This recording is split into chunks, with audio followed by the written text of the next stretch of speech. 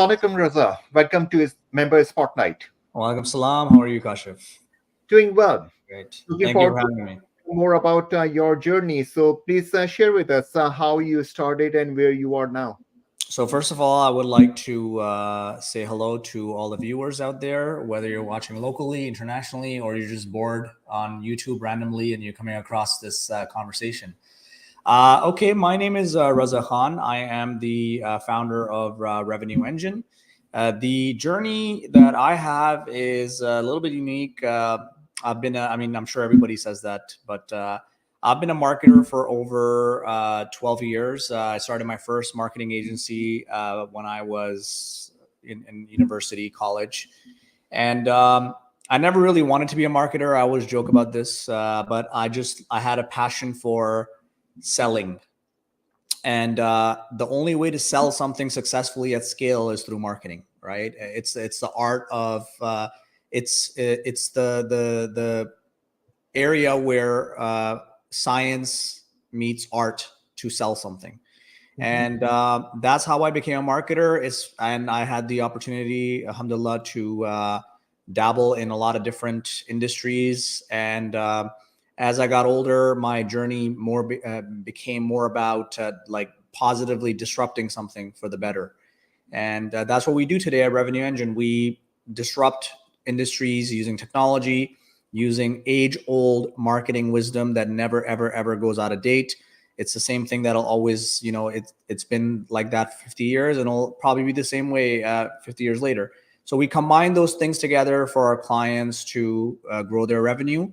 And I called it Revenue Engine because it's supposed to be exactly that. It's supposed to be something that, like an engine, you put fuel and air into an engine and it spits out power. Revenue Engine is a marketing agency designed to, take, marketing theory and a little bit of work and spit out revenue for our clients. All right. So can you share with us what type of industries do you work with, or what type of companies do you work with? Absolutely. So we specialize in working with companies that are traditionally, we always worked with companies that are retail focused, not specifically products, but more so services, like intangible products, I would say. And one of those is financial services. That's our biggest niche that we've had a lot of success in. That's actually an industry that we've been able to disrupt using direct response marketing. And then other non-tangible, intangible services or products like nonprofit marketing. That's something we're good at as well.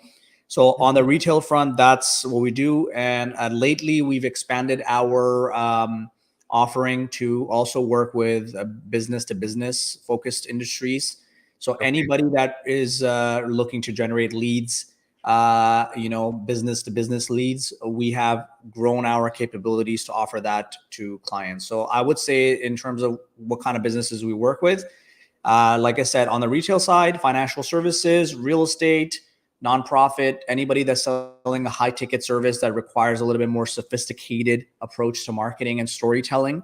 We're good at that. At the same time, we work with clients that just want to generate leads, whether it's a CPA firm, whether it's a law firm, or anybody else for that matter that wants business leads. All right. Would you be able to share some example of your work, or how it impacted your customer? Absolutely. So let me share one unique example. So one of the real industries that I take pride, or one of the use cases that I take pride in, is a financial services company located in Orlando, Florida, where I also live now. That it was they're effectively a commercial real estate syndicator, an asset management company. Okay. And what they would do is they would raise capital traditionally through broker dealers, and that industry is a dinosaur of an industry in terms of how they function, right? It's something this industry is dominated by big funds like Vanguard and Fidelity, et cetera, et cetera. In order for a new person or a company who's looking to raise capital, traditionally they would have to go through those channels. They would have to go to one of these big companies. They'd have to spend a lot of money in paperwork and trying to get approved, and audited, etc. And what we did is we were able to convince this company and say, hey, why don't you try direct response marketing? We could do something for you. And they were very intelligent because they took that leap of faith. And this had never been tested and tried and tested before. And they agreed. And what we did is we approached their high ticket offer, and the minimum amount of money that they would accept for their investments would be, or investment sales, the minimum ticket investment they would accept is like $50,000. So Okay. sophisticated offer, right? But what we were able to do is we were able to package it in a way, and we were able to approach it like an e-commerce offering. So we approached it like e-commerce. All the things that we had learned running e-commerce stores on Shopify back in the late, teens, 2017, 2018, pre-COVID, Yep. we applied those principles and that theory to high ticket sales in a sophisticated industry. We used Facebook and Instagram ads, YouTube ads, funnels, funnel landing pages. And for people that don't know what a funnel is like a website, but it's designed to just squeeze information, the customer's information in exchange of some sort of a valuable value proposition. So in our case, we wrote lead magnets, we wrote ebooks on specific topics like tax planning, or how to recession proof your portfolio, because we saw that recession angle coming. And this company, they specialize in medical real estate, and medical real estate tends to be inherently, anything healthcare tends to be recession proof, even pre-COVID or post-COVID, doesn't matter. It's a basic human need. So we were able to package it in a way that we branded it as a recession resistant product.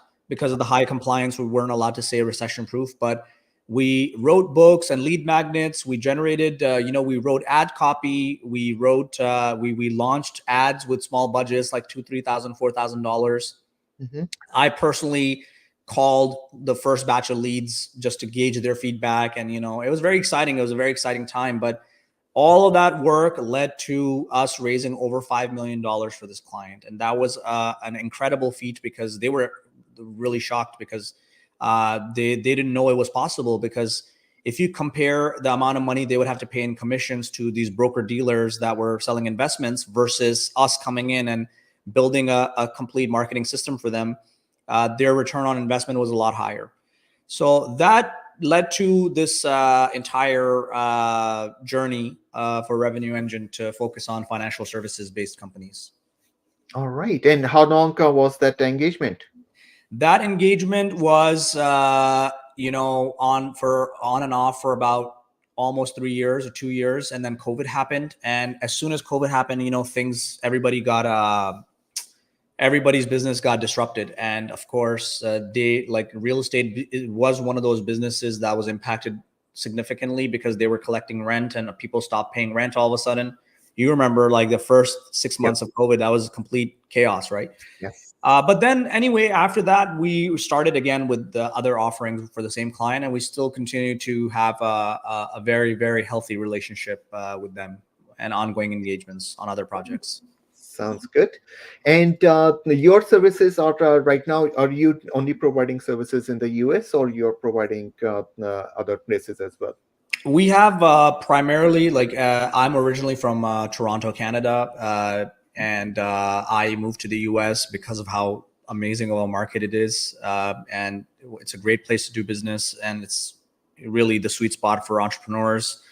But to answer your question, like, the US itself is such a ginormous market, and it's such a hub for innovation where things are constantly evolving at light speed. I think any business really doesn't require any other markets. If they're able to capture anything in the US at all and make an impact in the US, I think it's big enough. So for that reason, we like to focus on US. We still have referrals that come from Canada. And if it's really strong through a relationship or whatever, if it's worth it for us, we'll take it. If it's not, we just focus on the US. And the reason why, Kashif, is not just because the market is great for us, but the market is great for our clients. We're able to create a higher impact for our customers, for our clients in the US, because the attitude in the US is different compared to other places. So for that reason, the US is all we really focus on. Okay, sounds good. Mhm. So share with us outside of work, what are your activities, your hobbies, interests? Okay, well, there's too many to list, but let's see if I can talk about some of them. I really like cars and motorcycles. This is something I've always been interested in. Not just liking them, I work on my own cars. I have a hobby for classic cars specifically. Yeah. I've owned three classic Mercedes in my life and an old Volkswagen Beetle, 1973. Right now, I have a 1985 Mercedes 300D, Florida car, very beautiful, that I work on. It's like my project. I also like motorcycles. I don't have one at the moment. I've had two in my life, but I will get a Harley very soon. That's on that front. I like golf. Not too. I don't golf as much as I should, but I really enjoy going on the green once in a while, hitting the links. And one new hobby that I've really come to admire, it's not really a hobby yet, but it will soon become one, is now that I'm in the US, people like guns here, especially in Florida. So that's something I really enjoy, going to the range and, shooting some guns. It's a great therapy, a very good way to relieve stress, I would say. All right. Yeah, yeah. No, that's good to know. Yeah. And anything else you would like to share with the audience, with other MCOB members? Absolutely. Yeah, there's a couple of things that I would like to share with everybody, and this is not necessarily, you know, for my benefit. It's for your benefit, and it's for the members. Anybody who's listening, it's for their benefit. Right now, we are in the midst of the greatest disruption humanity has seen. So there were few things that happened in the timeline of humanity, the history of humanity, that really, really impacted our progress as a species, the human species, right? One of them was the advent of the printing press. Okay, before the printing press, information was very limited in terms of how it was organized and how it was distributed. As soon as the printing press was invented, information became widely accessible, even through manual distribution. And the impact that the printing press had was exponential. If you look at history of mankind, if you look at the last few hundred years, and then you look at the moment where the printing press happened, the same thing happened with the advent of the automobile. Mhm. Uh, Before, I was watching a very interesting video recently about how there were people that were there was a huge problem in New York City, um, around the turn of the century, the 20th century, where Mhm. there was a lot of horse manure on the streets of New York. And all the engineers and city planners and all these people, they were trying to come up with ideas. How do we fix the horse manure? And, and they were like coming up, scratching their head, and they were coming up with these legislations and ideas. Meanwhile, there were some engineers who were working on creating a brand new technology altogether called the automobile. Okay. Mhm. And Henry Ford, as we know, one of the greatest industrialists in the world. Um, actually, the automobile, people don't know the automobile was actually invented by a gentleman in Germany, Carl Benz, who later founded Mercedes Benz. So the first automobile was founded by Carl Benz. But the Henry Ford revolutionized automobiles for the masses. But that was the solution to the horse manure problem. And then once the automobiles hit the road, it changed the world the way we live now, right? Yep. Similarly, the internet happened in the 80s and 90s, and the tech revolution happened. And you see how dependent we are on the internet today. If you don't have internet, you don't have home security. Forget the anxiety that you get when your phone dies. Like, that's a different topic altogether. But right now, and that was a long-winded way to get to what's happening right now, Kashif, because we are in the midst of the greatest revolution, which is the AI revolution. And a lot of people are taking it for granted because they think this is the same way, like, oh, don't worry about it, we'll be okay, and this and that. Just yesterday or 2 days ago, OpenAI just released their newest model, Mhm. ChatGPT 40, right? GPT 40. So if you look at the leap, the exponential leap that they have made since the release of ChatGPT 4, you will see what I mean at how fast this technology is evolving. So my advice to business owners, please, if you don't believe me, just do a little research on your own. This is your opportunity to get ahead of the curve. When I was younger, I used to, like when I was younger, growing up in the 90s and 2000s, I used to say, man, if I was an adult around the time the internet came out, I would be a millionaire or a billionaire, right? I would have taken advantage of this opportunity. But the universe always presents a new opportunity. And right now that opportunity is here, which is AI. You don't need to be an investor in AI, but you should at least be using it for your business. And if you're not using it for your business, then there's something wrong. And you need to really look at it. You don't need to be a tech scientist or a rocket scientist to play around with this technology. It could be as simple as getting it to take notes for you in a meeting. It could be as simple as using it for research, to help you write better copy. Anything can be done for your business using AI, whether it's bookkeeping, whether it's writing copy, whether it's writing emails, whether it's doing your own social media marketing, whether it's helping you do research, or whether it's helping you talk to your customers, not because you want to replace humans, but rather you want to create a stellar experience for your customers. And every business should have that goal, that you want to create a stellar experience for your customers, because that's how you keep them for life, and that's how you get loyalty, create loyalty for life. So that's what I wanted to say. Please do not dismiss this. And if you need help implementing automation in your business, please give us a shout. That's one of the things that we really specialize in. And I think I should have mentioned this earlier, Kashif, but I think the amount of businesses that will require AI implementation in the next 5 years, it's going to be $1 trillion industry for agencies, for marketers, for technology people, just to help businesses learn and implement automation and AI. And that's something we're doing. We're using over 5 or 6 tools. Sorry about that. No worries. I got interrupted because I talked too much. It's the technology that kicked in. It wasn't even Kashif. So anyway, what I wanted to say is it's going to be a multi-trillion-dollar industry. We're using over half a dozen tools in our own company and for our clients, AI tools that are helping them improve their business and enhance their customer experiences. And we like to do that for other people. So if that's something you are interested in, whether it's it doesn't have to be an ongoing marketing service. If you just want some advice, and if you're an AMCOB member, I would love to talk to you, because I want to help our community grow. And really, that's one of the ways that we can help, is just give you advice, whether we work together or not. Yeah. No, thank you so much. Thank you for sharing that, especially like the world is definitely changing at a very rapid speed right now for businesses. And if businesses don't keep up with it, they will be out of business. Exactly. Either evolve or let your competition outcompete you and crush you, and then don't complain 3 years later. Don't say someone didn't warn you or guide you, right? Because I think that's going to happen.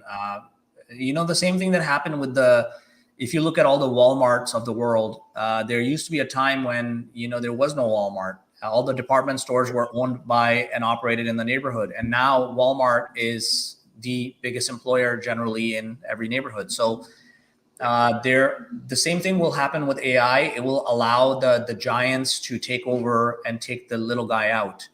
So if you are a small business owner and you're an entrepreneur and you want to continue growing and, leaving something behind for your kids and creating a sustainable company that will outlive you, you need to, it's not even a want to, you need to take advantage of this and use it. Otherwise, it's going to use you.